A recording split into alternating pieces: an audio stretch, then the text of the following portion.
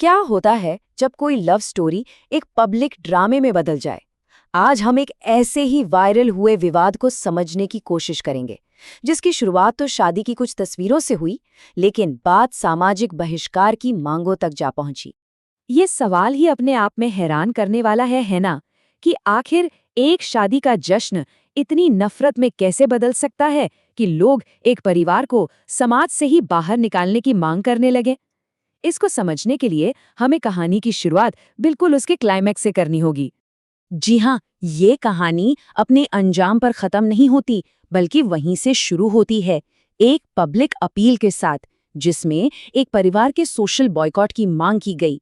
ये सीधी और बहुत कठोर मांग social media creator Riddhima Sharma की तरफ से आई। और देखिए, ये सिर्फ एक ऑनलाइन कमेंट नहीं था, ये एक तरह से एक्शन लेने की अपील थी, जो इस ऑनलाइन जंग की गंभीरता को साफ तौर पर दिखाती है। तो आखिर इतना तीखा रिएक्शन क्यों आया? इसे समझने के लिए चलिए थोड़ा सा पीछे चलते हैं और उस घटना को देखते हैं जो इस पूरे विवाद के सेंटर में है। ये हैं कनिका शर्मा और साकिब सैफी। ये सिर्फ पार्टनर्स ही नहीं, बल्कि कंटेंट क्रिएटर्स भी हैं, जिनकी एक ऑनलाइन फॉलोइंग है और ये अक्सर एक साथ काम करते हैं। तो हुआ ये कि उन्होंने शादी करने का फैसला किया और उन्होंने हिंदू और मुस्लिम दोनों धर्मों का सम्मान करते हुए रीति रिवाज निभाए।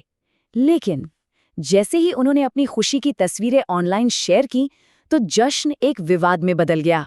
तस्वीरें वायरल हो गईं और उसके फौरन बाद ट्रोलिंग की एक ऐसी लहर शुरू हुई, जिसका निशाना खास तौर पर उनका इंटरफेथ रिश्ता था। जब ट्रोलिंग बढ़ी और निशाना सिर्फ उन पर ही नहीं, बल्कि उनके परिवार पर भी साधा जाने लगा, तो कनिका शर्मा ने फैसला किया कि अब चुप रहना कोई ऑप्शन नहीं है। उन्होंने पलटवार किया।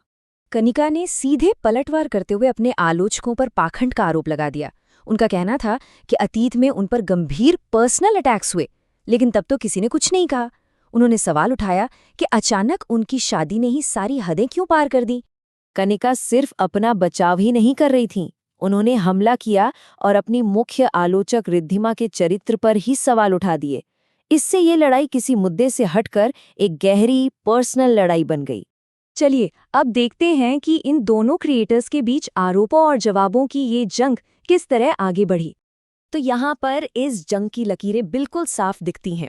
एक तरफ धार्मिक पहचान को धोखा देने और पाखंड के आरोप हैं, और दूसरी तरफ ये डिफेंस है कि शादी एक पर्सनल चॉइस है और परिवार का सम्मान सबसे ऊपर है।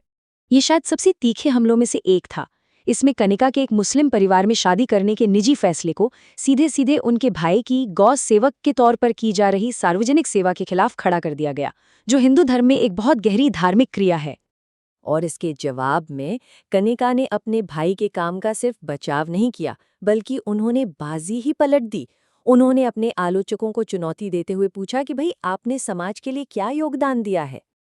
अब इस निजी झगड़े से थोड़ा ऊपर उठते हैं और उन बड़े सामाजिक सवालों पर नजर डालते हैं जो ये विवाद हमारे सामने लाता है।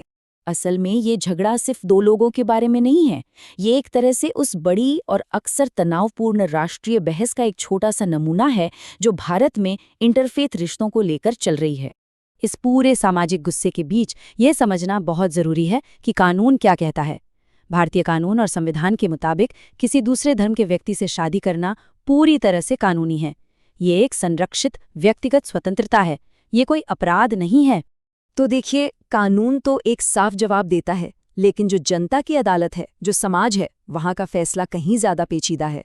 और ये मामला हमें एक बुनियादी सवाल के साथ छोड़ जाता है, व्यक्तिगत आज़ादी और समाज की उम्मीदों के बीच की वो लकीर आखिर कहाँ खींची जाती है, और इसका फैसला करेगा कौन।